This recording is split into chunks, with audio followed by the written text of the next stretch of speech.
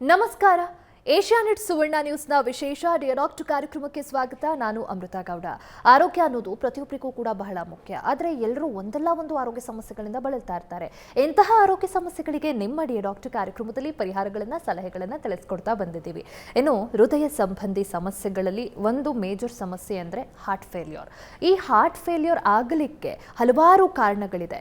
ಅದರಲ್ಲಿ ಒಂದು ಮುಖ್ಯ ಕಾರಣ ಒಬೇಸಿಟಿ ಅನ್ನೋದು ಕೂಡ ಈ ಒಂದು ಒಬ್ಬ ವ್ಯಕ್ತಿ ಒಬೇಸ್ ಆದರೂ ಅಂತ ಇದ್ದರೆ ಹಲವಾರು ಸಮಸ್ಯೆಗಳು ಶುರುವಾಗತ್ತೆ. ಅದರಲ್ಲಿ ಹಾರ್ಟ್ ಫೇಲ್ಯೂರ್ನ ರಿಸ್ಕ್ ಕೂಡ ಹೆಚ್ಚಾಗತ್ತೆ.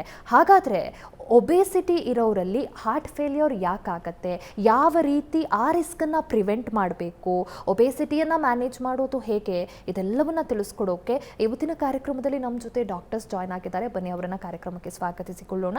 ಮೊದಲಿಗೆ doctor Pradeep Haranahalli, consultant interventional cardiologist, Manipal hospital, Whitefield, ಬೆಂಗಳೂರಿನಿಂದ. ಡಾಕ್ಟರ್, ಕಾರ್ಯಕ್ರಮಕ್ಕೆ ಸ್ವಾಗತ ತಮಗೆ. ಧನ್ಯವಾದ. ಹಾಗೆ doctor Pradeep Kumar K, senior consultant and interventional cardiologist, Saptagiri super speciality hospitals, Bangalore, ಮತ್ತು doctor Pradeep cardiac care centre, Hesaraghatta main road, ಬೆಂಗಳೂರಿನಿಂದ. ಡಾಕ್ಟರ್, ತಮಗೂ ಕೂಡ ಕಾರ್ಯಕ್ರಮಕ್ಕೆ ಸ್ವಾಗತ. ಎಲ್ಲ ವೀಕ್ಷಕರಿಗೆ ನಮಸ್ಕಾರ. ಹಾಗೆ doctor Vikram B Kolhari, consultant cardiologist, Apollo hospital, Sheshadripuram, ಬೆಂಗಳೂರಿನಿಂದ. ಡಾಕ್ಟರ್, ತಮಗೂ ಕೂಡ ಕಾರ್ಯಕ್ರಮಕ್ಕೆ ಸ್ವಾಗತ. ನಮಸ್ಕಾರ. ಡಾಕ್ಟರ್ ಪ್ರದೀಪ್ ಅವರೇ, ಮೊದಲಿಗೆ ಈ ಒಬೇಸಿಟಿ ಅಂದರೆ ಏನು, ಜೊತೆಗೆ ಹೇಗೆ ಮೆಷರ್ ಮಾಡಬಹುದು ನಾವು ಒಬ್ಬ ವ್ಯಕ್ತಿ ಒಬೇಸ್ ಆಗಿದ್ದಾರೆ ಅಂತ? ಡಾಕ್ಟರ್, ಖಂಡಿತ. ಒಬೆಸಿಟಿ ಅಥವಾ ಬೊಜ್ಜು ಅಥವಾ ಸ್ಥೂಲಕಾಯ ಅಂತ ನಾವೇನು ಕರಿತೀವಿ, ಇದು ನಮ್ಮ ಶರೀರದ ವಿವಿಧ ಭಾಗಗಳಲ್ಲಿ ಸಾಮಾನ್ಯಕ್ಕಿಂತ ಅಧಿಕವಾಗಿ ಕೊಬ್ಬು ಶೇಖರಣೆ ಆಗ್ತದೆ. ಅಧಿಕವಾಗಿ ಸೊಂಟದ ಸುತ್ತು ಕೊಬ್ಬು ಶೇಖರಣೆ ಆಗೋದನ್ನು ನಾವು ಬೊಜ್ಜು ಅಂತ ಕರಿತೀವಿ. ಅಂಕಿಅಂಶಗಳ ಪ್ರಕಾರ ಇತ್ತೀಚೆಗೆ ಇದು ತುಂಬಾ ಸಾಮಾನ್ಯವಾಗಿದೆ. ವಯಸ್ಕರಲ್ಲಿ 10-15% ಜನಗಳಲ್ಲಿ ಬೊಜ್ಜು ಕಾಣಿಸ್ಕೊಳ್ಳುತ್ತೆ. ಮಕ್ಕಳಲ್ಲಿ ಕೂಡ ಇತ್ತೀಚೆಗೆ ಅತಿಯಾಗಿದೆ. 8-10% ಮಕ್ಕಳಲ್ಲಿ ಕೂಡ ಬೊಜ್ಜು ಡಯಾಗ್ನೋಸ್ ಆಗ್ತಾಯಿದೆ. ಇದನ್ನು ಮೆಷರ್ ಮಾಡೋದಕ್ಕೆ ವಿಶ್ವ ಆರೋಗ್ಯ ಸಂಸ್ಥೆ WHO ಅಂತ ಏನು ನಾವು ಕರಿತೀವಿ, ಅವರು ಒಂದು ಟೂಲನ್ನು ಡಿಸೈನ್ ಮಾಡಿದ್ದಾರೆ. ಇದಕ್ಕೆ ಬಾಡಿ ಮಾಸ್ ಇಂಡೆಕ್ಸ್ ಅಂತ ಕರಿತೀವಿ. ಇದು ಒಬ್ಬ ವ್ಯಕ್ತಿಯ ಹೈಟ್ ಮೇಲೆ ಡಿಪೆಂಡ್ ಆಗ್ತದೆ. ಇದು ಕ್ಯಾಲ್ಕುಲೇಟ್ ಮಾಡುವಾಗ 18.5 ಇಂದ 22.9 ಈ ರೇಂಜ್ನಲ್ಲಿದ್ದರೆ ಇದು ನಾರ್ಮಲ್ ಅಂತ ಕರಿತೀವಿ. 23 ಇಂದ 25ವರೆಗೂ ಇದ್ದರೆ ಇದನ್ನು ಓವರ್ ವೆಯ್ಟ್ ಅಂತ ಕರಿತೀವಿ. 25 ಆ್ಯಂಡ್ ಅಬೋವ್ ಇದ್ದಾಗ ಇದನ್ನು ನಾವು ಒಬೆಸಿಟಿ ಅಂತ ಕರಿತೀವಿ ಅಥವಾ ಬೊಜ್ಜು ಅಂತ ಕರಿತೀವಿ. ಇದು ಇತ್ತೀಚಿನ ದಿನಗಳಲ್ಲಿ ಮಹಿಳೆಯರಲ್ಲಿ ಪುರುಷರಿಗಿಂತ ಸ್ವಲ್ಪ ಅಧಿಕವಾಗಿ ಕಾಣುತ್ತೆ. ಮತ್ತು ಅರ್ಬನ್ ಏರಿಯಾಸ್, ಏನು ನಗರ ಪ್ರದೇಶದಲ್ಲಿ ಗ್ರಾಮಾಂತರ ಪ್ರದೇಶಕ್ಕಿಂತ ಸ್ವಲ್ಪ ಹೆಚ್ಚು ಕಾಮನ್ ಆಗಿ ಕಾಣಿಸ್ಕೊಳ್ತದೆ. Okay doctor. Doctor Pradeep Kumar ಅವರೇ, ಈಗ ಡಾಕ್ಟರ್ ಒಬೇಸಿಟಿ ಅಂತ ಅಂದಾಗ ಈ ಬೊಜ್ಜುತನಕ್ಕೆ ಕಾರಣಗಳು ಏನೇನು ಆಗಿರಬಹುದು? What causes this doctor? ಇವಾಗ ತೂಕ ಜಾಸ್ತಿ ಇರೋರಿಗೆ, ಬೊಜ್ಜು ಜಾಸ್ತಿ ಇರೋರಿಗೆ ಕೆಲವು ಪ್ರಶ್ನೆಗಳು ಕಾಡಿಸ್ತಾ ಇರುತ್ತೆ. ಅಂದರೆ ನಾನು ಏನಕ್ಕೆ ದಪ್ಪ ಇದ್ದೀನಿ, ನಾನು ಸ್ವಲ್ಪನೇ ಊಟ ಮಾಡೋದು ಆದರೂ ನಾನು ದಪ್ಪ ಆಗ್ತಿದ್ದೀನಿ. ಕೆಲವರು ನಾನು ಚೆನ್ನಾಗಿ ಕೆಲಸ ಮಾಡ್ತೀನಿ, ಓಡಾಡ್ತೀನಿ, ವಾಕಿಂಗ್ ಎಲ್ಲ ಮಾಡ್ತೀನಿ, ಆದರೂ ನಾನು ದಪ್ಪ ಇದ್ದೀನಿ. ಕೆಲವರು ನಾನು ಎಣ್ಣೆ ಪದಾರ್ಥ ಬಳಸೋದೇ ಇಲ್ಲ ಆಹಾರದಲ್ಲಿ, ಆದರೂ ನಾನು ದಪ್ಪ ಆಗಿದ್ದೀನಿ. ಈ ಥರ ಪ್ರಶ್ನೆಗಳು ಕಾಡಿಸ್ತಾ ಇರುತ್ತೆ. ಇದರಲ್ಲಿ ನಾವು ಅರ್ಥ ಮಾಡ್ಕೋಬೇಕಾಗಿರೋದು ಏನಂದರೆ, ಆಹಾರ ಅನ್ನೋದು ನಾವು ನಮ್ಮ ದೇಹದ ಕಾರ್ಯನಿರ್ವಹಣೆಗೆ ಅತ್ಯಗತ್ಯ. ಆದರೆ ಅವಶ್ಯಕತೆಗಿಂತ ಜಾಸ್ತಿ ನಾವು ಆಹಾರ ಸೇವನೆ ಮಾಡಿದಾಗ ಅದು ಕೊಬ್ಬಾಗಿ ಕನ್ವರ್ಟ್ ಆಗಿ ದೇಹದಲ್ಲಿ ಠೇವಣಿ ಆಗುತ್ತೆ, ಡೆಪಾಸಿಟ್ ಆಗುತ್ತೆ. ಅದು ನಾವು ಕಾರ್ಬೋಹೈಡ್ರೇಟ್ಸ್ ಆಗಿರ್ಬೋದು, ಪ್ರೋಟೀನ್ಸ್ ಆಗಿರ್ಬೋದು, ಅಥವಾ ಕೊಬ್ಬಾಗಿರ್ಬೋದು, ಯಾವುದೇ ನಾವು ಆಹಾರ ಸೇವನೆ ಮಾಡಿದ್ರೂ ಅಧಿಕವಾಗಿ ಸೇವನೆ ಮಾಡಿದಾಗ ಅದು ಕೊಬ್ಬಾಗಿ ಕನ್ವರ್ಟ್ ಆಗಿ ಠೇವಣಿ ಆಗುತ್ತೆ. ಎರಡನೇದಾಗಿ ನಮ್ಮ ದೈಹಿಕ ಚಟುವಟಿಕೆಗಳು, ಫಿಸಿಕಲ್ ಆ್ಯಕ್ಟಿವಿಟಿ. ನಾವು ಇವಾಗ ಇತ್ತೀಚಿನ ದಿನಗಳಲ್ಲಿ ನೋಡಿದ್ರೆ ನಾವು ಓಡಾಡೋದು ಬೈಕಲ್ಲಿ, ಕಾರಲ್ಲಿ ಓಡಾಡ್ತೀವಿ, ಸೈಕಲ್ ಬಳಸೋದಾಗಲಿ, ವಾಕಿಂಗ್ ಮಾಡೋದಾಗಲಿ ಕಡಿಮೆ ಆಗಿಬಿಟ್ಟಿದೆ. ಸೊ ನಾವು ತಿನ್ನೋ ಆಹಾರ ಜಾಸ್ತಿ ಇದ್ದು ನಮ್ಮ ದೈಹಿಕ ಚಟುವಟಿಕೆಗಳು ಕಡಿಮೆ ಆದಾಗ ಇದು ಒಂದು ಮುಖ್ಯ ಕಾರಣ, ಬೊಜ್ಜು ಸೇರೋದಕ್ಕೆ ಕಾರಣವಾಗಿರುತ್ತದೆ. ಇದಲ್ಲದೆ ಸೊ ಬೇಸಿಕಲಿ ಏನಂದರೆ, ನಾವು ತಿನ್ನುವ ಆಹಾರ ಮತ್ತು ನಮ್ಮ ದೈಹಿಕ ಚಟುವಟಿಕೆಗಳ ಇದರ ಸಮತೋಲನ ತುಂಬ ಇಂಪಾರ್ಟೆಂಟು. ಅದರ ಅಸಮತೋಲನ ಆದಾಗ ಅದು ಬೊಜ್ಜಾಗಿ ಸೇರುತ್ತೆ. ಮತ್ತು ನಾನು ಕೆಲವು ಎಸ್ ಅಲ್ಲಿ ಶುರುವಾಗೋ ಪದಗಳನ್ನು ಜ್ಞಾಪಕ ಇಟ್ಕೊಳ್ಳೋಕೆ ಹೇಳ್ತೀನಿ. ಒಂದು ಸಿಡೆಂಟ್ರಿ ಲೈಫ್ ಸ್ಟೈಲ್, ಜಡ ಜೀವಶೈಲಿ, ಅಂದರೆ ನಾನು ಹೇಳ್ದಂಗೆ ಚಟುವಟಿಕೆಗಳು ಕಡಿಮೆ ಇದ್ದಾಗ. ಇನ್ನೊಂದು sitting is the new smoking ಅಂತ ಹೇಳ್ತೀವಿ. ಅಂದರೆ ಅರ್ಧ ಗಂಟೆಗಿಂತ ಜಾಸ್ತಿ ಹೊತ್ತು ನಾವು ಕೂತ್ಕೊಂಡಿದ್ರೆ ಅದೇ ಒಂದು ದೊಡ್ಡ ರಿಸ್ಕ್ ಫ್ಯಾಕ್ಟರ್ಸು. ಎರಡನೇದು ಸ್ಕ್ರೀನ್ ಟೈಮು. ನಾವು ಮೊಬೈಲ್ ಬಳಸ್ತೀವಿ, ಟಿ ವಿ ನೋಡ್ತಾ ಇರ್ತೀವಿ, ಇದು ನಾವು ಎಷ್ಟೊತ್ತು ಹಾಕ್ತಿದೆ ಅಂತ ನಮಗೆ ಗೊತ್ತಾಗೋದೇ ಇಲ್ಲ. ಸೊ ಹಾಗೆ ಕಾಲಗಳು ಕಳೆದೋಗುತ್ತೆ. ಸೊ ಇದು ಒಂದು ರಿಸ್ಕ್ ಫ್ಯಾಕ್ಟರ್, ಸ್ಕ್ರೀನ್ ಟೈಮನ್ನು ಕಡಿಮೆ ಮಾಡೋವಂಥದ್ದು. ಮತ್ತು ಶುಗರ್ ಐಟಮ್ಸು. ಸೊ ಇವಾಗ ನಾವು ಸಾಫ್ಟ್ ಡ್ರಿಂಕ್ಸ್ಗಳನ್ನು ಕುಡಿತೀವಿ, ಜಂಕ್ ಫುಡ್ಗಳನ್ನು ತಿಂತೀವಿ, ಇದು ಒಂದು ರಿಸ್ಕ್ ಫ್ಯಾಕ್ಟರ್ಸು, ಇದನ್ನು ಕಡಿಮೆ ಮಾಡಿಸ್ಬೇಕಾಗತ್ತೆ. ಮತ್ತು ಸ್ಲೀಪ್. ಸೊ ನಾವು ಇದೆಲ್ಲ ಮಾಡ್ತಾ ಇದ್ದಾಗೆ ನಿದ್ದೆ ಬಗ್ಗೆ ಗಮನ ಕೊಡಲ್ಲ. ಕನಿಷ್ಠ ಪಕ್ಷ 7 ಗಂಟೆ ಕಾಲ ನಿದ್ದೆ ಮಾಡೋದು ತುಂಬ ಅವಶ್ಯಕತೆ ಇದೆ. ಸೊ ಇದು ಮಾಡದೇ ಇದ್ದಾಗ ಇದು ಬೊಜ್ಜು ಸೇರೋದಕ್ಕೆ ಒಂದು ಕಾರಣ. ಮತ್ತು ಮಾನಸಿಕ ಒತ್ತಡ, ಸೈಕಾಲಜಿಕಲ್ ಸ್ಟ್ರೆಸ್ ಅಂತ ಹೇಳ್ತೀವಿ, this is also one of the most important. So ಇದೆಲ್ಲ ಕೆಲವು ಮುಖ್ಯ ಕಾರಣಗಳಾಗಿರುತ್ತದೆ. Okay doctor. ಇನ್ನು ಡಾಕ್ಟರ್ ವಿಕ್ರಮ್ ಅವರು, ಈಗ ಡಾಕ್ಟರ್ ಹೇಳಿದ್ರು ಯಾವ ಕಾರಣಗಳಿಂದ ಒಬೆಸಿಟಿ ಆಗತ್ತೆ ಅಂತ. ಸೊ ಇಂತಹ ಕಾರಣಗಳು, ಅದರಲ್ಲೂ ಕೂಡ ರಿಸ್ಕ್ ಫ್ಯಾಕ್ಟರ್ಗಳು ಹೆಚ್ಚಾಗ್ತಾ ಹೋಗಬಹುದು ಅಂತ ಇದ್ರೆ ಅದು ಯಾವ್ದ್ಯಾವ್ದು ಇರುತ್ತೆ ಡಾಕ್ಟರ್? ಏನೆಲ್ಲ ಕಾಂಪ್ಲಿಕೇಶನ್ಸ್ ಆಗಬಹುದು? ಸೊ ಒಬೇಸಿಟಿ ಅಥವಾ ಈ ಬೊಜ್ಜಿಗೆ ರಿಸ್ಕ್ ಫ್ಯಾಕ್ಟರ್ಸ್ ಅಂತ ಹೇಳೋದು ಮೇನ್ ಅಂತಂದರೆ ಒಂದು ಫಿಸಿಕಲ್ ಆ್ಯಕ್ಟಿವಿಟಿ ಮತ್ತು ಡಯಟ್, ಎರಡರದ್ದು ಅಸಮತೋಲನ. ಡಾಕ್ಟರ್ ಪ್ರದೀಪ್ ಅವರು ಹೇಳಿದ ಹಾಗೆ ನಾವು ಆಹಾರವನ್ನು ಜಾಸ್ತಿಯಾಗಿ ಕನ್ಸ್ಯೂಮ್ ಮಾಡಿದ್ವಿ, ಆಮೇಲೆ ಅದರಲ್ಲಿ ಯಾವ ಥರದ್ದು ಆಹಾರ ತಿಂತೀವಿ ಅದು ಕೂಡ ಇಂಪಾರ್ಟೆಂಟು.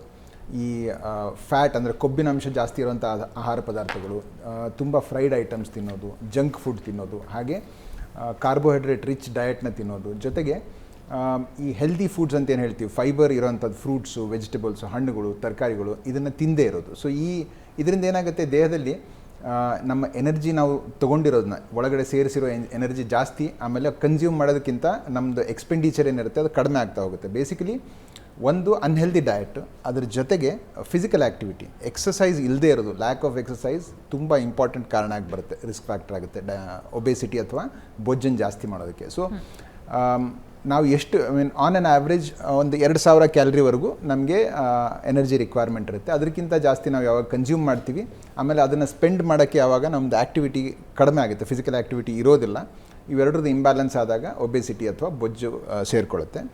ಇದಕ್ಕೆ ಬೇರೆ ಥರದ ರಿಸ್ಕ್ ಫ್ಯಾಕ್ಟರ್ಸ್ ಕೂಡ ಬರುತ್ತೆ. ಅಂದರೆ ಈಗ ಫಾರ್ ಎಕ್ಸಾಂಪಲ್ ಕೆಲವೊಂದು ಮೆಡಿಸಿನ್ಸ್ ಇರ್ತಾರೆ, ಕೆಲವೊಂದು ಪೇಷಂಟ್ಸು ಕೆಲವೊಂದು ಸ್ಟೀರಾಯ್ಡ್ಸು ಆ ಥರದ್ದು ಕೆಲವೊಂದು ಮಾತ್ರೆಗಳು ತೊಗೊಳ್ತಿರ್ಬೇಕಾದ್ರೂ ಕೂಡ ಬೊಜ್ಜಿನ ಅಂಶ ಜಾಸ್ತಿ ಆಗ್ಬೋದು. ಅದು ಅಲ್ಲದೆ ಮಾನಸಿಕ ಸ್ಟ್ರೆಸ್ ಅಂತ ಏನು ಹೇಳಿದ್ರಲ್ಲ, ಡಿಪ್ರೆಷನ್ನಲ್ಲಿರೋರು ಅವರು ತುಂಬ ಜಾಸ್ತಿಯಾಗಿ ತಿಂತಾರೆ. ಆಮೇಲೆ ಮೆಂಟಲ್ ಸ್ಟ್ರೆಸ್ ಕೂಡ ನಿಮ್ಮ ಓವರ್ ವೇಟ್ ಆಗೋ ಒಂದು ರಿಸ್ಕ್ ಫ್ಯಾಕ್ಟರ್ಸ್ನ ಜಾಸ್ತಿ ಮಾಡಿಕೊಡುತ್ತೆ. ಅದೇ ರೀತಿ ಜೆನೆಟಿಕ್ ಫ್ಯಾಕ್ಟರ್ಸು ಇರುತ್ತೆ. ಅಂತಂದರೆ ಈಗ ಯಾರ ಪೇರೆಂಟ್ಸು, ತಂದೆ ತಾಯಿಗಳು ತುಂಬ ಸ್ಥೂಲಕಾಯ ಅಥವಾ ಬೊಜ್ಜಿದ್ದವರು ಇರ್ತಾರೆ, ಅದೇ ರೀತಿ ಅದು ಮಕ್ಕಳಿಗೂ ಕೂಡ ಟ್ರಾನ್ಸ್ಮಿಟ್ ಆಗೋ ಸಾಧ್ಯತೆ ಇರುತ್ತೆ. ಕೆಲವೊಂದು ರೇರ್ ಜೆನೆಟಿಕ್ ಕಾಸಸ್ ಕೂಡ ಬರ್ತವೆ, ಅದರಲ್ಲಿ ಕೂಡ ಒಬೇಸಿಟಿ ಬರೋಂಥ ರಿಸ್ಕ್ ಜಾಸ್ತಿ ಇರುತ್ತೆ. ಇನ್ನೊಂದು ಎಲ್ಲಕ್ಕಿಂತ important one more risk factor ಅಂದರೆ ಟೈಮ್ ಕರೆಕ್ಟಾಗಿ ನಿದ್ದೆ ಮಾಡದೇ ಇರೋದು. ದಿನಕ್ಕೆ ಅಟ್ಲೀಸ್ಟ್ ಒಂದು 6 ರಿಂದ 8 ಗಂಟೆವರೆಗೂ ನಿದ್ದೆ ಮಾಡೋದು ತುಂಬ ಅವಶ್ಯಕ. ಕಡಿಮೆ ನಿದ್ದೆ ಮಾಡೋದ್ರಿಂದ ಕೂಡ ನಮ್ಮ ದೇಹದ ಒಂದು ಬಾಡಿ ವೇಟ್ ಜಾಸ್ತಿ ಆಗೋ ಸಾಧ್ಯತೆ ಇರುತ್ತೆ. ಇವೆಲ್ಲ ರಿಸ್ಕ್ ಫ್ಯಾಕ್ಟರ್ಸು. ಅದರಲ್ಲಿ ಇಂಪಾರ್ಟೆಂಟ್ ಅಂತಂದರೆ ಅನ್ಹೆಲ್ದಿ ಡಯಟ್ ಮತ್ತು ಲ್ಯಾಕ್ ಆಫ್ ಫಿಸಿಕಲ್ ಆ್ಯಕ್ಟಿವಿಟಿ, ಇವೆರಡು ಅತ್ಯಂತ ಇಂಪಾರ್ಟೆಂಟ್. Okay doctor. ಇನ್ನು ಡಾಕ್ಟರ್ ಪ್ರದೀಪ್ ಅವರೇ, ಈಗ ಈ ಒಂದು ಬೊಜ್ಜುತನವನ್ನು ಮ್ಯಾನೇಜ್ ಮಾಡಬೇಕು, ಜಾಸ್ತಿ ಆಗದೇ ಇರೋ ರೀತಿ ನೋಡ್ಕೋಬೇಕು ಅಥವಾ ಅದನ್ನು ಕಮ್ಮಿ ಮಾಡ್ಕೋಬೇಕು ಅಂತ ಇದ್ದಾಗ ಯಾವ ರೀತಿಯ ಸಲಹೆಗಳನ್ನು ನೀಡ್ತೀರಾ ಅಂತ ಬಗ್ಗೆ ಡಾಕ್ಟರ್? ಖಂಡಿತ. ಪ್ರಮುಖವಾಗಿ ಹೇಳಬೇಕು ಅಂತಂದರೆ ಬೊಜ್ಜಿನ ಕಾರಣ ಏನು ಅನ್ನೋದನ್ನು ಪತ್ತೆ ಹಚ್ಚಬೇಕು. ಸರ್ವೇ ಸಾಮಾನ್ಯವಾಗಿ ಬೊಜ್ಜಿನ ಕಾರಣ ಅಸಮತೋಲನ, ಆಹಾರ ಪದ್ಧತಿ ಮತ್ತು ವ್ಯಾಯಾಮದ ಅಸಮತೋಲನ ಕಾರಣವಾಗಿರ್ತದೆ. ಅದಲ್ಲದೆ ಕೂಡ ಕೆಲವು ಕಾರಣಗಳು ಎಂಡೋಕ್ರೈನ್ ಕಾಸಸ್ ಅಂತೀವಿ, ಹಾರ್ಮೋನಲ್ ಇಂಬ್ಯಾಲೆನ್ಸಿಂದ ಕಾರಣಗಳಿರ್ಬೋದು. ಇಂಥ ಕಾರಣಗಳನ್ನು ನಾವು ವೈದ್ಯರ ಸಲಹೆ ಮೇರೆಗೆ ಪತ್ತೆ ಹಚ್ಚಬೇಕಾಗತ್ತೆ. ಈ ಯಾವುದೇ ಕಾರಣಗಳು ಇಲ್ಲ ಅಂತಂದರೆ ನಾವು ಮುಖ್ಯವಾಗಿ ನಮ್ಮ ವ್ಯಾಯಾಮ ಪದ್ಧತಿ ಮತ್ತು ಆಹಾರ ಇದರ ಬಗ್ಗೆ ಗಮನ ಹರಿಸಬೇಕಾಗ್ತದೆ. ಇದನ್ನು ಜೀವನ ಶೈಲಿ ನಿರ್ವಹಣೆ ಅಂತ ಕರಿತೀವಿ. ತುಂಬ ಸಿಂಪಲ್ಲಾಗಿ ಹೇಳ್ಬೇಕಂತಂದರೆ ಕಡಿಮೆ ತಿನ್ನಬೇಕು, ಹೆಚ್ಚಾಗಿ ಬರ್ನ್ ಮಾಡಬೇಕು, ಅಧಿಕ ವ್ಯಾಯಾಮ ಮತ್ತು ಕಡಿಮೆ ಆಹಾರ. ಇದನ್ನು ಇನ್ನೂ ವಿವರವಾಗಿ ಹೇಳ್ಬೇಕಂತಂದರೆ ವ್ಯಾಯಾಮ ಒಂದು ನಮ್ಮ ದಿನನಿತ್ಯದ ಚಟುವಟಿಕೆಯ ಅಂಗವಾಗಬೇಕು. ತುಂಬ ಸಿಂಪಲ್ ಅಂತಂದರೆ ವೆಹಿಕಲ್ ಯೂಸೇಜ್ ಕಡಿಮೆ ಆಗ್ಬೋದು, ಕಡಿಮೆ ದೂರಕ್ಕೆ ವಾಕ್ ಮಾಡ್ಕೊಂಡು ಹೋಗುವಂಥದ್ದು ಇರ್ಬೋದು, ಒಂದು ಬಿಲ್ಡಿಂಗ್ನಲ್ಲಿ ಲಿಫ್ಟ್ ಯೂಸ್ ಮಾಡದೆ ಸ್ಟೆಪ್ಸ್ ಯೂಸ್ ಮಾಡಿ ಹೋಗುವಂಥದ್ದು ಇರ್ಬೋದು, ಅಥವಾ ಆಫೀಸಲ್ಲಿ ಅಸಿಸ್ಟೆಂಟ್ ಇಲ್ಲದೆ ಪ್ರತಿಯೊಂದಕ್ಕೂ ನೀವೇ ನಿಮ್ಮ ಮೂಮೆಂಟ್ ಇನ್ಕ್ರೀಸ್ ಮಾಡೋದಿರ್ಬೋದು. ಈ ಎಲ್ಲದರಿಂದನೂ ಚಿಕ್ಕ ಚಿಕ್ಕ ಅಂಶ ಆದರೂ ಕೂಡ ನಮ್ಮ ಫಿಸಿಕಲ್ ಆ್ಯಕ್ಟಿವಿಟಿ ಇದರಿಂದ ಇಂಪ್ರೂವ್ ಆಗ್ತದೆ. ಅದಲ್ಲದೆ ನಾವು ಎರೋಬಿಕ್ ಆ್ಯಕ್ಟಿವಿಟೀಸ್ ಅಂತ ಕರಿತೀವಿ. ಇದು ವಾಕಿಂಗ್ ಇರ್ಬೋದು, ಜಾಗಿಂಗ್ ಇರ್ಬೋದು, ಸ್ವಿಮ್ಮಿಂಗ್, ಸೈಕ್ಲಿಂಗ್, ಈ ರೀತಿಯ ವ್ಯಾಯಾಮಗಳಲ್ಲಿ ನಾವು ಹೆಚ್ಚು ಕ್ಯಾಲೋರೀಸ್ನ ಬರ್ನ್ ಮಾಡ್ತೀವಿ. ಇಂಥದನ್ನು ನಮ್ಮ ದಿನನಿತ್ಯದಲ್ಲಿ ಅಳವಡಿಸ್ಕೋಬೇಕಾಗ್ತದೆ. ತಾಳ್ಮೆ ತುಂಬ ಮುಖ್ಯ. ಬೊಜ್ಜು ಹೇಗೆ ವರ್ಷಾನುಗಟ್ಟಲೆಯಲ್ಲಿ ಸ್ಲೋ ಆಗಿ ಡೆವಲಪ್ ಆಗ್ತದೋ ಹಾಗೆ ಅದನ್ನು ಕರಗಿಸೋದು ಕೂಡ, ಬರ್ನ್ ಮಾಡೋದು ಕೂಡ ಸಮಯ ಹಿಡಿತದೆ. ನಮಗೆ ತಾಳ್ಮೆ ಮುಖ್ಯ. ಸೊ ನೀವು ಪ್ರತಿ ಹಂತದಲ್ಲೂ ನಿಮ್ಮನ್ನು ನೀವು ಎನ್ಕರೇಜ್ ಮಾಡ್ಕೋಬೇಕು. ಪ್ರತಿ ಸಕ್ಸಸ್ ಅಂದರೆ ಸ್ವಲ್ಪ ವೆಯ್ಟ್ ಲಾಸ್ ಆದ ಕೂಡಲೇ ಅದನ್ನು ನೀವು ಅಪ್ರಿಷಿಯೇಟ್ ಮಾಡ್ಕೋಬೇಕು. ಅದು ನಿಮಗೆ ಮೋಟಿವೇಶನ್ ಆಗಿ ಕನ್ವರ್ಟ್ ಆಗಬೇಕು. ಸೊ ಇದು ಒಂದು ಪ್ರಮುಖವಾದ ಅಂಶ. ಹಾಗೆ ಆಹಾರ ಪದ್ಧತಿಯಲ್ಲಿ ನಿರ್ವಹಣೆ, ನಿಯಮಿತವಾಗಿ ಸೇವಿಸೋದು, ನೀವು ಏನು ಆಹಾರ ಕನ್ಸ್ಯೂಮ್ ಮಾಡ್ತಾಯಿದ್ದೀರಾ ಆಹಾರದ ಬಗ್ಗೆ ಎಜುಕೇಷನ್, ಅದರ ಬಗ್ಗೆ ತಿಳ್ಕೊಳೋದು. ಯಾವ ಆಹಾರದಲ್ಲಿ ಎಷ್ಟು ಫ್ಯಾಟ್ ಇದೆ, ಎಷ್ಟು ಕಾರ್ಬೋಹೈಡ್ರೇಟ್ಸ್ ಇದೆ, ಎಷ್ಟು ಪ್ರೋಟೀನ್ಸ್ ಇದೆ, ಎಷ್ಟು ಕ್ಯಾಲರೀಸ್ ಇದೆ. ಈಗ ನೀವು ಒಂದು ಮಾಲಲ್ಲಿ ಶಾಪಿಂಗ್ ಏರಿಯಾನಲ್ಲಿ ಒಂದು ಫುಡ್ ಐಟಮ್ ಪರ್ಚೇಸ್ ಮಾಡ್ತೀರಾ, ಅದರ ಮೇಲ್ಗಡೆ ಪ್ರಿಂಟ್ ಇರ್ತದೆ. ಅದನ್ನು ನೀವು ಓದೋದ್ರಿಂದ ಕೂಡ ನೀವು ಆಹಾರದಲ್ಲಿ ಏನು ಕಂಟೆಂಟ್ ಇದೆ ಅನ್ನೋದನ್ನು ತಿಳ್ಕೊಬೋದು. ಈ ಒಂದು ಎಜುಕೇಷನ್ನು ನಮಗೆ ತುಂಬ ಇಂಪಾರ್ಟೆಂಟ್ ಆಗ್ತದೆ. ಹಾಗಾಗಿ ಡಾಕ್ಟರ್ ವಿಕ್ರಮ್ ಹೇಳಿದ ರೀತಿಯಲ್ಲಿ ನಮ್ಮ ದಿನನಿತ್ಯದ ನಿರ್ವಹಣೆಗೆ 2000 ಕಿಲೋ ಕ್ಯಾಲರೀಸ್ ಬೇಕಾಗ್ತದೆ. ಅದೇ ಒಬ್ಬ ಸ್ಥೂಲಕಾಯದ ವ್ಯಕ್ತಿಗೆ ವೆಯ್ಟ್ ಲೂಸ್ ಮಾಡ್ಕೋಬೇಕಂತಂದರೆ ಅವರು ತುಂಬ ಕಡಿಮೆ ಸೇವನೆ ಮಾಡಬೇಕಾಗ್ತದೆ. ಕನಿಷ್ಠ 1400ರಿಂದ 1600 ಕಿಲೋ ಕ್ಯಾಲರೀಸ್ಗೆ ಅವ್ರನ್ನ ರೆಸ್ಟ್ರಿಕ್ಟ್ ಮಾಡ್ಕೋಬೇಕಾಗ್ತದೆ. ಇದರಿಂದ ವೆಯ್ಟ್ ಲಾಸ್ಗೆ ಹೆಲ್ಪ್ ಆಗ್ತದೆ. ಇದನ್ನು ನಾವು ಸತತವಾಗಿ ಕಂಟಿನ್ಯೂ ಮಾಡೋದ್ರಿಂದ ನಾವು ನಮ್ಮ ಏನು ವೆಯ್ಟ್ ಲಾಸ್ ಗೋಲ್ಸ್ ಅಂತೀವಿ ಅದನ್ನು ಅಚೀವ್ ಮಾಡೋದಕ್ಕೆ ಸಹಾಯಕವಾಗ್ತದೆ. ಓಕೆ ಡಾಕ್ಟರ್, ಮತ್ತಷ್ಟು ಡೀಟೇಲ್ಸ್ನ ಕೇಳಿ ತಿಳ್ಕೊತೀನಿ. ಅದಕ್ಕೂ ಮುಂಚೆ ಒಂದು ಬ್ರೇಕ್ ತೊಗೊಂಡು ಬರೋಣ. ಡಿಯರ್ ಡಾಕ್ಟರ್ ಕಾರ್ಯಕ್ರಮ ಮುಂದುವರಿಯುತ್ತೆ ಪುಟ್ಟ ವಿರಾಮದ ಬಳಿಕ.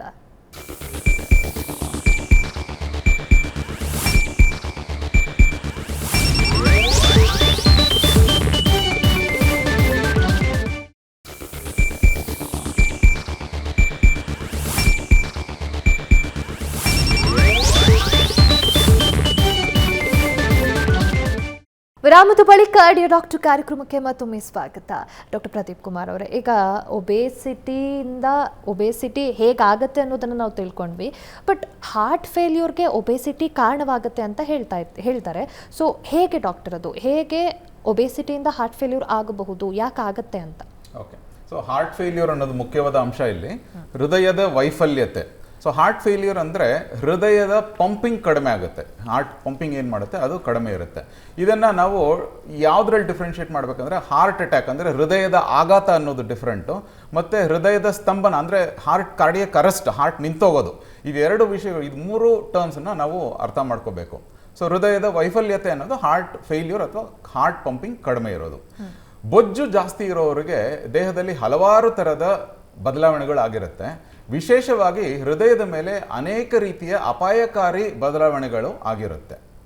ಸೊ ಇದರಲ್ಲಿ ಏನಂತ ನೋಡಿದ್ರೆ, ಬೊಜ್ಜು ಅನ್ನೋದು ಒಂದು ಎಕ್ಸ್ಟ್ರಾ ಫಿಟ್ಟಿಂಗ್ ಇದ್ದಂಗೆ. ಸೊ ಇವಾಗ ಬೊಜ್ಜು ಇರೋರಿಗೆ ರಕ್ತದ ಮೊತ್ತ, so total volume of blood ಏನಂತೀವಿ, ಮತ್ತು ಪ್ರತಿ ರಕ್ತದ ಹಾರ್ಟ್ ಬೀಟ್, ಹೃದಯದ ಬಡಿತದಿಂದ ರಕ್ತ ಎಷ್ಟು ಹೊರಬರುತ್ತೆ ಅದು ಜಾಸ್ತಿ ಆಗಿರುತ್ತೆ. ಇದೆಲ್ಲದರಿಂದ ಏನಾಗುತ್ತೆ ಅಂದರೆ ಈ ಹೃದಯದ ಮೇಲೆ ಒತ್ತಡ ಜಾಸ್ತಿ ಆಗುತ್ತೆ. ಇದರಿಂದ ಹೃದಯದ ವೈಫಲ್ಯತೆ ಆಗೋ ಸಾಧ್ಯತೆಗಳು ಇರುತ್ತೆ. ಇದು ಡೈರೆಕ್ಟ್ ಎಫೆಕ್ಟ್ ಅಂತೀವಿ. ಕೆಲವು ಸಲ ಇಂಡೈರೆಕ್ಟ್ ಎಫೆಕ್ಟ್ಸ್. ಸೊ ಹೇಗೆ ಅಂದರೆ, ಬೊಜ್ಜು ಜಾಸ್ತಿ ಇರೋರಿಗೆ ರಕ್ತದಲ್ಲಿ ಕೊಲೆಸ್ಟ್ರಾಲ್ ಅಂಶ ಜಾಸ್ತಿ ಇರುತ್ತೆ. ಕೊಲೆಸ್ಟ್ರಾಲ್ ಅಂಶ ಜಾಸ್ತಿ ಇದ್ದಾಗ BP ಹೆಚ್ಚಾಗ್ಬೋದು, ಹಾರ್ಟ್ ಅಟ್ಯಾಕ್ಗಳು ಆಗ್ಬೋದು. ಸೊ ಇದ್ರ ಮೂಲಕ ಹಾರ್ಟ್ ಫೇಲ್ಯೂರ್ ಆಗೋ ಸಾಧ್ಯತೆಗಳಿರುತ್ತೆ. ಬೊಜ್ಜು ಜಾಸ್ತಿ ಇರೋರಿಗೆ ಸಕ್ಕರೆ ಕಾಯಿಲೆ ಬರೋ ಸಾಧ್ಯತೆಗಳು ಜಾಸ್ತಿ ಇರುತ್ತೆ. ಸಕ್ಕರೆ ಕಾಯಿಲೆಯಿಂದ ಹಾರ್ಟ್ ಫೇಲ್ಯೂರ್ ಆಗ್ಬೋದು. ಅದೇ ಥರ ಸೊ ಬೊಜ್ಜು ಜಾಸ್ತಿ ಇರೋರಿಗೆ ಕತ್ತು ದಪ್ಪ ಇರುತ್ತೆ. ಕತ್ತು ದಪ್ಪ ಇದ್ದರೆ ಗೊರಕೆ ಜಾಸ್ತಿ ಹೊಡಿತಾರೆ. ಗೊರಕೆ ಜಾಸ್ತಿ ಹೊಡೆದವ್ರಿಗೆ ರಾತ್ರಿ ಹೊತ್ತು ನಿದ್ದೆ ಚೆನ್ನಾಗಾಗಲ್ಲ, ಉಸಿರಾಡೋಕ್ಕಾಗಲ್ಲ. ಇದನ್ನು ಅಬ್ಸ್ಟ್ರಕ್ಟಿವ್ ಸ್ಲೀಪ್ ಏಪ್ನಿಯಾ ಅಂತ ಹೇಳ್ತೀವಿ. ಈ ಅಬ್ಸ್ಟ್ರಕ್ಟಿವ್ ಸ್ಲೀಪ್ ಏಪ್ನಿಯಾ ಇರೋವರೆಗೂ ಹಾರ್ಟ್ ಫೇಲ್ಯೂರ್ ಆಗೋ ಸಾಧ್ಯತೆಗಳಿರುತ್ತೆ. ಇದೆಲ್ಲ ಇಂಡೈರೆಕ್ಟ್ ಕಾರಣಗಳು. ಸೊ ಬೋತ್ ಡೈರೆಕ್ಟ್ ಎಫೆಕ್ಟ್ಸ್ ಮತ್ತು ಇಂಡೈರೆಕ್ಟ್ ಎಫೆಕ್ಟ್ಸಿಂದ ಒಬಿಸಿಟಿ ಮೂಲಕ ಹಾರ್ಟ್ ಫೇಲ್ಯೂರ್ ಆಗೋ ಸಾಧ್ಯತೆಗಳು ಇರುತ್ತೆ. ಓಕೆ ಡಾಕ್ಟರ್, ಇನ್ನು ಡಾಕ್ಟರ್ ವಿಕ್ರಮ್ ಅವರೇ, ಈಗ ಹಾರ್ಟ್ ಫೇಲ್ಯೂರ್ ಒಂದೇ ಅಲ್ಲ ಒಬೇಸಿಟಿಯಿಂದ ಬರುವಂತಹ ಸಮಸ್ಯೆ, ಜೊತೆಗೆ ಬೇರೆ ನಾನಾ ರೀತಿಯ ಹೃದಯ ಸಂಬಂಧಿ ಸಮಸ್ಯೆಗಳು ಕೂಡ ಬರುತ್ತೆ ಅಂತ ಹೇಳ್ತಾರೆ. ಯಾವ ರೀತಿಯ ಸಮಸ್ಯೆಗಳಾಗಬಹುದು ಡಾಕ್ಟರ್? ಇದು ಒಬೇಸಿಟಿ ಅಥವಾ ಬೊಜ್ಜು ಅನ್ನೋದು ಇದು ಒಂದು ಕಾಂಬಿನೇಷನಲ್ಲಿ ಬರುತ್ತೆ. ಇದನ್ನು ಮೆಟಬಾಲಿಕ್ ಸಿಂಡ್ರೋಮ್ ಅಂತ ಹೇಳ್ತೀವಿ. ಅಂದರೆ ಒಬೆಸಿಟಿ ಜೊತೆಗೆ ಬ್ಲಡ್ ಪ್ರೆಷರ್ ಜಾಸ್ತಿ ಇರಬಹುದು, ಆಮೇಲೆ ಶುಗರ್ ಜಾಸ್ತಿ ಆಗೋದು, ಜೊತೆಗೆ ದೇಹದಲ್ಲಿ ಇನ್ಸುಲಿನ್ ರೆಸಿಸ್ಟೆನ್ಸ್ ಇರುತ್ತೆ. ಇವೆಲ್ಲ ಒಂದೇ ಒಟ್ಟಿಗೆ ಬರೋದು. ಅದೇ ರೀತಿ ದೇಹದಲ್ಲಿ ಕೊಲೆಸ್ಟ್ರಾಲ್ನ ಅಂಶ ಅಥವಾ ಬ್ಯಾಡ್ ಕೊಲೆಸ್ಟ್ರಾಲ್, ಸ್ಪೆಷಲಿ ಟ್ರೈಗ್ಲಿಸರೈಡ್ಸ್ ಅನ್ನೋದು ಜಾಸ್ತಿ ಆಗುತ್ತೆ. ಸೊ ಇದು ಈ 3-4 ಕಾಯಿಲೆಗಳ ಜೊತೆಗೆ ಬರೋದನ್ನು ನಾವು ಮೆಟಬಾಲಿಕ್ ಸಿಂಡ್ರೋಮ್ ಅಂತ ಹೇಳ್ತೀವಿ. ಸೊ ಯಾರಿಗೆ ಬೊಜ್ಜು ಅಥವಾ ಒಬೆಸಿಟಿ ಇರುತ್ತೆ ಅವರಿಗೆ BP ಬರೋ ಸಾಧ್ಯತೆ ಜಾಸ್ತಿ, ಅವರಿಗೆ ಶುಗರ್ ಬರೋ ಸಾಧ್ಯತೆ ಜಾಸ್ತಿ. ಆಮೇಲೆ ಅದ್ರ ಜೊತೆಗೆ ಕೆಲವೊಂದು ಅರಿಥ್ಮಿಯಾಸ್ ಎಲ್ಲ ಬರ್ತವೆ. ಹಾರ್ಟ್ ಅಂದರೆ ಏಟ್ರಿಲ್ ಫಿಬ್ರಿಲೇಷನ್ ಅಂತ ಹೇಳ್ತೀವಿ. ಅಂದರೆ ಹೃದಯ ಇರ್ರೆಗ್ಯುಲರ್ ಆಗಿ ಪಂಪ್ ಮಾಡೋದು, ನಿಮಿಷಕ್ಕೆ ಒಂದು 60-90 ಸಲ ಏನು ರೆಗ್ಯುಲರ್ ಆಗಿ ಹುಡ್ಕೊಳ್ಳುತ್ತೋ ಅದು ಇರ್ರೆಗ್ಯುಲರ್ ಆಗಿ ಪಂಪ್ ಮಾಡೋಕ್ಕೆ ಸ್ಟಾರ್ಟ್ ಮಾಡುತ್ತೆ. ಅದಕ್ಕೂ ಒಂದು ಒಬೆಸಿಟಿ ಅನ್ನೋದು ರಿಸ್ಕ್ ಫ್ಯಾಕ್ಟರ್, ಏಟ್ರಿಲ್ ಫಿಬ್ರಿಲೇಷನ್. ಇದೇ ರೀತಿ ನಿಮ್ಮ ಹಾರ್ಟ್ ಅಟ್ಯಾಕ್ ಬರೋದಕ್ಕೂ ಕೂಡ ಒಂದು obesity is a risk factor. ಯಾಕೆಂತಂದರೆ ಯಾರಲ್ಲಿ ಬೊಜ್ಜು ಅಥವಾ ಒಬೆಸಿಟಿ ಇರುತ್ತೆ ಅವರಲ್ಲಿ BP ಇರ್ಬೋದು, ಅದರಿಂದ ದೇಹದಲ್ಲಿ ಅಥೆರೋಸ್ಕ್ಲೆರೋಸಿಸ್ ಪ್ರೋಗ್ರೆಸ್ ಆಗುತ್ತೆ. ಅಥೆರೋಸ್ಕ್ಲೆರೋಸಿಸ್ ಆದಾಗ ಇವೆಂಚುಲಿ ಅದರಿಂದ ಹಾರ್ಟ್ ಅಟ್ಯಾಕ್ ಬರೋ ಸಾಧ್ಯತೆ ಇರುತ್ತೆ. ಅದೇ ರೀತಿ ಇಂಡೈರೆಕ್ಟಾಗಿ ಸ್ಟ್ರೋಕ್ ಬರೋ ಸಾಧ್ಯತೆ ಕೂಡ ಒಬೀಸ್ ಇದ್ದವರಿಗೆ ಜಾಸ್ತಿ. ಅಂದರೆ ಬ್ಲಡ್ ಪ್ರೆಷರ್ ಜಾಸ್ತಿ ಆಗಬಹುದು, ಶುಗರ್ ಜಾಸ್ತಿ ಆಗಿರ್ಬೋದು, ಅವೆರಡು ಇಂಡೈರೆಕ್ಟಾಗಿ ಸ್ಟ್ರೋಕ್ ಇನ್ಸಿಡೆನ್ಸ್ನ ಜಾಸ್ತಿ ಮಾಡ್ತವೆ. ಸೊ ಓವರಾಲ್ ನೀವು ನೋಡಿದ್ರೆ ಯಾರು ಒಬೀಸ್ ಇರ್ತಾರೋ ಅವ್ರಿಗೆ ಯಾರು ಒಬೀಸ್ ಇರಲ್ಲ ಅವ್ರ ಜೊತೆ ಕಂಪೇರ್ ಮಾಡಿ ನೋಡಿದಾಗ ಕಾರ್ಡಿಯಾಕ್ ಮಾರ್ಟಾಲಿಟಿ ಅಂದರೆ ಹಾರ್ಟ್ ಅಟ್ಯಾಕ್ ಮತ್ತು ಹಾರ್ಟ್ ಫೇಲ್ಯೂರ್ ಮತ್ತು ಹಾರ್ಟಿನ ಬೇರೆ ಕಾಯಿಲೆಗಳ ಸಂಬಂಧವಾಗಿ ಮರಣ ಹೊಂದುವ ಏನು ರಿಸ್ಕ್ ಇರುತ್ತೆ ಅದು ಒಬೀಸ್ ಇಲ್ಲದೆ ಇರೋರು ಕಂಪೇರ್ ಮಾಡಿದ್ರೆ ಡೆಫಿನೆಟ್ಲಿ ಜಾಸ್ತಿ ಆಗಿರುತ್ತೆ. ಓಕೆ ಡಾಕ್ಟರ್, ನಾನು ಮತ್ತಷ್ಟು ಡೀಟೇಲ್ಸನ್ನು ತಿಳ್ಕೊತೀನಿ. ಅದಕ್ಕೂ ಮುಂಚೆ ಮತ್ತೊಂದು ಬ್ರೇಕ್ ತೊಗೊಂಡು ಬರೋಣ.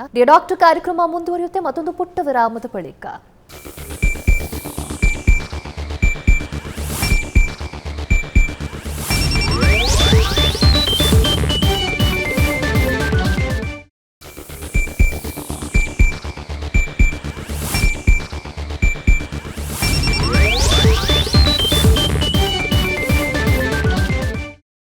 ವಿರಾಮದ ಬಳಿಕ ಡಾಕ್ಟರ್ ಕಾರ್ಯಕ್ರಮಕ್ಕೆ ಮತ್ತೊಮ್ಮೆ ಸ್ವಾಗತ. ಡಾಕ್ಟರ್ ಪ್ರದೀಪ್ ಅವರೇ, ಈಗ ಈ ರೀತಿ ಹಾರ್ಟ್ ಫೇಲ್ಯೂರ್ ಆಗಬಹುದು, ಸ್ಪೆಷಲಿ ಒಬೀಸ್ ಇದ್ದಾಗ ಹಾರ್ಟ್ ಫೇಲ್ಯೂರ್ ಆಗತ್ತೆ ಅಂತ ಆದಾಗ ಯಾವ ರೀತಿಯ ಸೈನ್ಸ್ ಆ್ಯಂಡ್ ಸಿಂಪ್ಟಮ್ಸ್ನ ಒಬ್ಬ ವ್ಯಕ್ತಿ ನೆಗ್ಲೆಕ್ಟ್ ಮಾಡಬಾರ್ದು ಆ್ಯಂಡ್ ಹೇಗೆ ಗೊತ್ತಾಗುತ್ತೆ ಡಾಕ್ಟರ್? ಅದು ತುಂಬ ಮುಖ್ಯವಾದ ವಿಚಾರ. ಈ ನಾವೇನು ಪ್ರಾಥಮಿಕ ಲಕ್ಷಣಗಳಂತ ಏನು ಕರಿತೀವಿ ಹಾರ್ಟ್ ಫೇಲ್ಯೂರ್ ಸಂಬಂಧಪಟ್ಟಂತೆ, ಅತಿ ಸಾಮಾನ್ಯವಾಗಿ ನಡೆಯುವಾಗ ಆಯಾಸ ಉಂಟಾಗೋದು ಅಥವಾ ಬ್ರೀದಿಂಗ್ ಪ್ರಾಬ್ಲಮ್, ಉಸಿರಾಟದ ತೊಂದರೆ ಕಾಣಿಸ್ಕೊಳ್ಳೋದು. ಈಗ ಒಬ್ಬ ವ್ಯಕ್ತಿ ತುಂಬ ಆ್ಯಕ್ಟಿವ್ ಆಗಿರ್ತಾರೆ, ತುಂಬ ಕೆಲಸ ಮಾಡ್ತಿರ್ತಾರೆ, ಅವ್ರಿಗೆ ಸಡನ್ಲಿ ಒಂದು 50 ಮೀಟರ್ ದೂರದಲ್ಲೇ ಉಸಿರಾಟದ ತೊಂದರೆ ಕಾಣಿಸ್ಕೊಳ್ಳೋದು ಅಥವಾ ಎದೆ ನೋವು ಕಾಣಿಸ್ಕೊಳ್ಳೋದು, ಒಣಕೆಮ್ಮು, ಅತಿ ಕಡಿಮೆ ಸಮಯದಲ್ಲಿ ದೇಹದ ತೂಕ ಹೆಚ್ಚಾಗೋದು, ಒಂದು ವಾರದೊಳಗಡೆ 5 kg ತೂಕ ಹೆಚ್ಚಾಗೋದು ಅಥವಾ ಕಾಲಿನಲ್ಲಿ ಊತ ಕಾಣಿಸ್ಕೊಳ್ಳೋದು, ಇದೆಲ್ಲ ತುಂಬ early science of heart failure ಅಂತ ಕರಿತೀವಿ. ಅದಲ್ಲದೆ ಮಲಗುವಾಗ ಉಸಿರಾಟದ ತೊಂದರೆಯಾಗಿ ಎದ್ದು ಕೂತ್ಕೊಳ್ಳೋ ಅಂಥದ್ದು, ಇದೆಲ್ಲ ಈ ಹಾರ್ಟ್ ಫೇಲ್ಯೂರ್ನ ಲಕ್ಷಣಗಳು. ಇದು ಸಿವಿಯರ್ ಫಾರ್ಮ್ಗೆ ಹೋದಾಗ, ಇದು ಉಲ್ಬಣಿಸಿದಾಗ ಅವರು ಕೂತಲ್ಲಿ ಕೂಡ ಉಸಿರಾಟದ ಕಷ್ಟ ಶುರುವಾಗ್ತದೆ, ತುಂಬ ರೆಸ್ಟ್ಲೆಸ್ ಆಗ್ತಾರೆ, ದೇಹದ ಆಕ್ಸಿಜನ್ ಲೆವೆಲ್ಸ್ ಎಲ್ಲ ಕಡಿಮೆ ಆಗೋದು. ಇತ್ತೀಚೆಗೆ ಕೋವಿಡ್ ನಂತರ ಪ್ರತಿಯೊಬ್ಬರ ಮನೆಯಲ್ಲೂ ಪಲ್ಸ್ ಆಕ್ಸಿಮೀಟರ್ ಇರ್ತದೆ, ಆಕ್ಸಿಜನ್ ಸ್ಯಾಚುರೇಷನ್ ಚೆಕ್ ಮಾಡ್ಕೊಳ್ಳೋಂಥ ಸುವಿಧೆ ಇರ್ತದೆ. ಸೊ ಆಕ್ಸಿಜನ್ ಲೆವೆಲ್ಸ್ ಕಡಿಮೆ ಆಗುವಂಥದ್ದು, ಇದೆಲ್ಲ ಹಾರ್ಟ್ ಫೇಲ್ಯೂರ್ನ ಪ್ರಮುಖ ಲಕ್ಷಣಗಳು. ಇದು ಹೆಚ್ಚಾದಾಗ ಅವ್ರಿಗೆ ತಕ್ಷಣವೇ ಹಾಸ್ಪಿಟಲ್ಗೆ ರಶ್ ಮಾಡಬೇಕಾಗ್ತದೆ. ಮುಖ್ಯವಾಗಿ ಈ ಸಮಯ ಬರೋದಕ್ಕೆ ಮೊದಲೇ ನಾವು ಎಚ್ಚೆತ್ತುಕೊಂಡು ವೈದ್ಯರಲ್ಲಿ ಸಲಹೆ ಪಡೆದು ಇದಕ್ಕೆ ಚಿಕಿತ್ಸೆ ಮಾಡಿಕೊಳ್ಳೋದು ಅತಿ ಅವಶ್ಯಕ. Okay doctor. ಇನ್ನು ಡಾಕ್ಟರ್ ಪ್ರದೀಪ್ ಕುಮಾರ್ ಅವರೇ, ಈಗ ಎಷ್ಟೋ ಕಾಯಿಲೆಗಳಿಗೆ ಕಾರಣ ಆಗೋದೇ ಲೈಫ್ ಸ್ಟೈಲ್ ಚೇಂಜಸ್. ಅದೇ ರೀತಿ ಎಷ್ಟೋ ಕಾಯಿಲೆಗಳನ್ನು ಮ್ಯಾನೇಜ್ ಮಾಡಬಹುದು ಅಥವಾ ಅದರಿಂದ ಹೊರಗೆ ಬರಬೇಕು ಅಂದರೂ ಕೂಡ ಲೈಫ್ ಸ್ಟೈಲ್ ಚೇಂಜಸ್ ಬಹಳ ಮುಖ್ಯವಾಗುತ್ತೆ. ಸೊ ಈ ರೀತಿಯ ಒಂದಷ್ಟು ಲೈಫ್ ಸ್ಟೈಲ್ ಚೇಂಜಸ್ಸಿಂದ ಹಾರ್ಟ್ ಫೇಲ್ಯೂರ್ನ ರಿಸ್ಕನ್ನು ಕಮ್ಮಿ ಮಾಡಬಹುದು ಅಂದರೆ ಯಾವ ರೀತಿ ಚೇಂಜಸ್ ಆಗಬೇಕಾಗತ್ತೆ ಡಾಕ್ಟರ್? ಈಗಾಗಲೇ ನಾವು ಡಿಸ್ಕಸ್ ಮಾಡಿದ್ದೀವಿ ಬೊಜ್ಜಿನಿಂದ ಯಾವ ಥರ ಹಾನಿಕಾರ ಉಂಟಾಗುತ್ತೆ ಮತ್ತು ಬೊಜ್ಜಿನಿಂದ ಹೃದಯದ ವೈಫಲ್ಯತೆ ಹೇಗಾಗುತ್ತೆ ಅಂತ ನಾವು ತಿಳುವಳಿಕೆ ತಗೊಂಡಿದ್ದೀವಿ. ಆದರೆ ಇವಾಗ ಈ ಹಲವಾರು ಕಾರಣಗಳನ್ನು ನಾವು ಜೀವಶೈಲಿ ಪರಿವರ್ತನೆಯಿಂದ ಅದನ್ನು ಬದಲಾಯಿಸ್ಕೋಬೋದು ಮತ್ತು ಹೃದಯ ವೈಫಲ್ಯತೆ ಆಗೋದನ್ನು ತಡೆಗಟ್ಟಬೋದು. ಫಾರ್ ಎಕ್ಸಾಂಪಲ್, ಆಗಾಗ ವೆಯ್ಟನ್ನು ಚೆಕ್ ಮಾಡಿಸ್ಕೊಂಡು, ವೆಯ್ಟ್ ಅಳತೆ ಮಾಡಿಕೊಂಡು ಅದನ್ನು ಹತೋಟಿಯಲ್ಲಿ ಇಟ್ಕೊಳ್ಳೋದು. ಫಿಸಿಕಲ್ ಆ್ಯಕ್ಟಿವಿಟಿ, ನಾವು ವಾಕಿಂಗು ಅದೆಲ್ಲ ಅಂತ ದೈಹಿಕ ಚಟುವಟಿಕೆಗಳಲ್ಲಿ ಪಾಲ್ಗೊಂಡು ನಮ್ಮನ್ನೇ ನಾವು ಫಿಟ್ಟಾಗಿ ಇಟ್ಕೊಳ್ಳೋದು, ಮತ್ತು ಮಧುಪಾನ ಮತ್ತು ಧೂಮಪಾನ ಸೇವನೆಯನ್ನು ತಡೆಗಟ್ಟೋದು, ಮತ್ತು ಶುಗರ್ ಐಟಮ್ಸ್, ಸಾಫ್ಟ್ ಡ್ರಿಂಕ್ಸು ಮತ್ತು ಜಂಕ್ ಫುಡ್ ಇಂಥ ಪದಾರ್ಥಗಳನ್ನು ಅವಾಯ್ಡ್ ಮಾಡೋದು, ಮತ್ತು ಮಾನಸಿಕ ಒತ್ತಡ ಏನಂತ ಹೇಳ್ತೀವಿ ಸೈಕಾಲಜಿಕಲ್ ಸ್ಟ್ರೆಸ್ಸು, ಇದನ್ನು ಆದಷ್ಟು ತಡೆಗಟ್ಟಬೇಕು. ಮತ್ತು ಹೆಲ್ದಿ ಸ್ಲೀಪ್ ಹ್ಯಾಬಿಟ್ಸು, ಕನಿಷ್ಠ ಪಕ್ಷ 7 ಗಂಟೆ ಕಾಲ ಮಲಗಬೇಕು. ಇದೆಲ್ಲದರಿಂದ ನಾವು ಬೊಜ್ಜಿನಿಂದ ಆಗುವ ಹೃದಯ ವೈಫಲ್ಯತೆ ಅಥವಾ ಹಾರ್ಟ್ ಫೇಲ್ಯೂರನ್ನು ಪರಿಣಾಮಕಾರಿಯಾಗಿ ತಡೆಗಟ್ಟಬಹುದು.